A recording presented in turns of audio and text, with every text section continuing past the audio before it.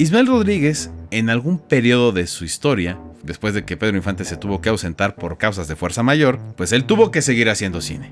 Y algo muy interesante del cine que hizo Ismael Rodríguez sin Pedro Infante cuando éste todavía vivía, es que se permitió experimentar con otros géneros. Y hablamos de géneros cinematográficos, para que no anden de mal pensados. Romance de Fieras es una película de 1954, dirigida por Ismael Rodríguez, con un guión de este señor, con Carlos Orellana y basado en la novela de Asunción Aiza Banduni, con música de Raúl Lavista, fotografía de Jack Draper y protagonizada por Emma Rodríguez, Verónica Loyo, Carlos Orellana, Joaquín Cordero, Marta Roth y Armando Calvo, que bien pudo haber sido Ernesto Alonso.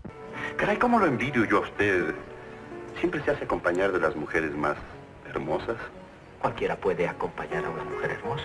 Lo difícil es hacerse amar por ellas. Romance de Fieras es una película que bien entra en el cine negro, pero no es una película habitual del cine negro. Es una película que tiene misterio, que nos plantea una historia bastante turbia que se tiene que develar y uno o varios giros de trama que desconciertan a la audiencia y lo llevan hacia un final más o menos satisfactorio. O satisfactorio dependiendo de la perspectiva de cada quien. Digo, el criterio es subjetivo.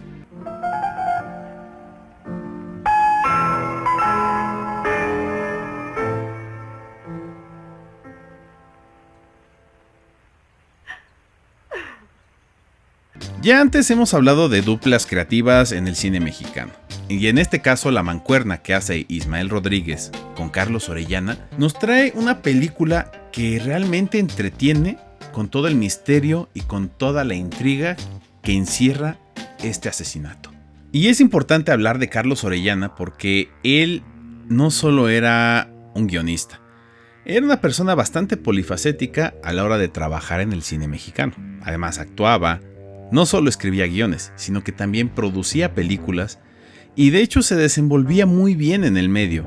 Tenía una capacidad interpretativa bastante amplia, pero lo más importante es que su sensibilidad para escribir no solo se limitaba a hacer comedias, muy buenas por cierto, sino que iba un poco más allá. De hecho, ahí le podemos atribuir películas que ya analizamos como Pepe el Toro o que analizaremos en algún futuro como Tizoc. Vamos, pero ¿qué esperas? Bailemos. Uy, ¿qué prisa tienes? Como que llegando tan lista, me gana. ¿Quién?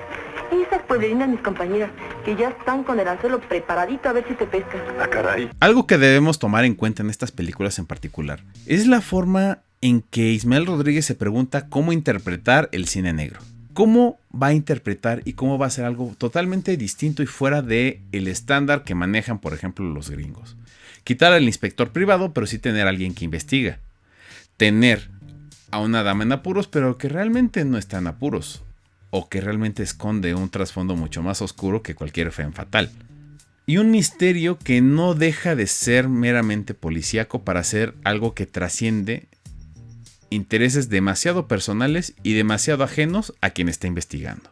Lo que hace Ismael Rodríguez con este tipo de interpretación del cine negro es juntarla a las novelas de misterio y de horror.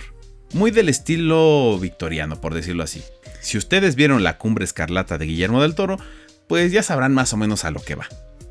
Aunque no hay fantasmas, sí envuelve a la película, por lo menos en su último tercio, que es el más interesante de todos, en un ambiente bastante turbio y bastante fantasmagórico.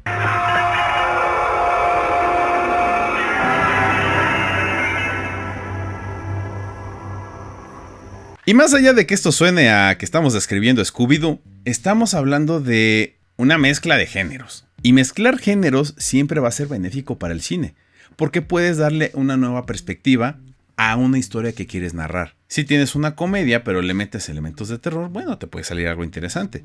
Y aquí lo que hizo Ismael Rodríguez fue algo parecido.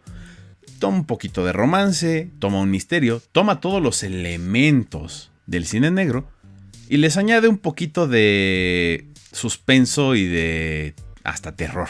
Y miren que convertir al villano en un monstruo le salió a la primera. En cuanto a Gabriela, quiero advertirles que cuantas veces quiera vendrá a mis brazos corriendo. Y sin matrimonio. Tal vez uno de esos elementos que podemos notar en el guión es precisamente el papel de Joaquín Cordero. De entrada, pareciera que este hombre va a ser el héroe.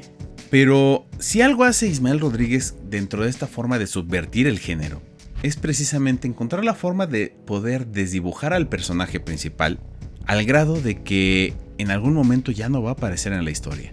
Y en su lugar va a compensar, le da el protagonismo a este par de ególatras que nada más están buscando cómo darse en la cholla. Pero otra forma en la que Ismael Rodríguez le da equilibrio a esta historia de suspenso y de intriga y de misterio es precisamente la forma en la que utiliza el, como dirían los españoles, el alivio cómico. Y la verdad es que está muy satanizado el uso de esta herramienta en la narrativa porque resulta predecible y porque las películas de Marvel lo han prostituido hasta más no poder. Pero bien utilizado, lo que hará es encaminar la historia marcándole un ritmo, liberando la tensión que está llevando la historia, el misterio y la propia violencia que se está sintiendo silenciosamente para mantener la atención de la audiencia. Y lo más importante dentro de estas herramientas o estos alivios cómicos es precisamente que estos están hechos en función de la historia. Aceptado y encantado. Por la tarde, gran paseo por los portales de la plaza, en donde a usted se le va a ocurrir invitarme a tomar un helado. Y yo, toda ruborosa, le diré que sí acepto. Pero tal vez lo más importante que vamos a encontrar en Romance de Fieras es precisamente la forma en la que Ismael Rodríguez tiene un dominio de su narrativa visual. Y esta narrativa visual se va a ver reflejada principalmente en la forma de entregarnos información importante. Porque siempre va a utilizar este recurso de acercarnos y de marcarnos un close-up para darnos a entender algo que tiene que ver con el personaje, con la trama o con algo que un fulanito no se está dando cuenta a pesar de que ya lo tiene en sus narices. Como la parálisis me impide escribir, quiero dictarle a usted una carta que más bien es una confesión y espero que, a mi muerte, usted la haga llegar a su destino. De hecho, es muy importante ver la forma en la que está escrita la historia para entender cómo todos los personajes tienen un peso específico y una relevancia que va a ser crucial dentro del desarrollo de la historia. Y esto nos permite entender cómo pensaron hasta en los personajes que parecieran iban a ser secundarios y hasta alivio cómico. El personaje de Emma Rodríguez, esta secretaria, termina siendo crucial en la forma en la que se va desarrollando. Es el personaje que va a entregar la información más valiosa dentro de la historia. Y más allá de que tiene este asunto con su novio que, pues, híjole, pobrecito, cómo tiene un coche descapotado de ese año del caldo, cómo el guión le da un peso diferente al papel de las mujeres. Y de nuevo, estamos en 1954. Todavía no sucedía, creo, la segunda ola. Entonces, ver que ya existía esta conciencia de tener a mujeres en papeles más activos, que no fueran simplemente damiselas en apuros, termina siendo muy importante para nuestro propio cine, porque nos está hablando de una evolución tanto intelectual como ética o inclusive con perspectiva humana. Y tal vez por eso era necesario que el protagonista de esta historia poco a poco se fuera desdibujando hasta el final, y que de la misma forma los personajes femeninos fueran cobrando cada vez más relevancia, hasta el grado de ser quienes resuelven sus propios problemas. Espero que el desinteresado amor que siente usted por su esposa, muy digna de usted, por cierto, vaya cada día en aumento. Y si ya vieron la película, y si no, vayan a verla, podrán notar algo muy importante. Esta película, a simple vista, es de muy bajo presupuesto. Tiene unos cuantos sets, muchos sets abiertos, y aparte escenas donde tiene personajes reciclados del universo de Ismael Rodríguez. Miren, ahí está el camellito. Eso quiere decir que estamos en el universo de Pepe el Toro después de que dejó el boxeo. No me distraigo. El chiste de esto es que la película está hecha con muy bajo presupuesto, pero está tan bien hecha porque eso habla de la calidad de su guión. Una historia bien escrita, bien establecida desde el papel, se va a ver reflejada aunque haya poco dinero.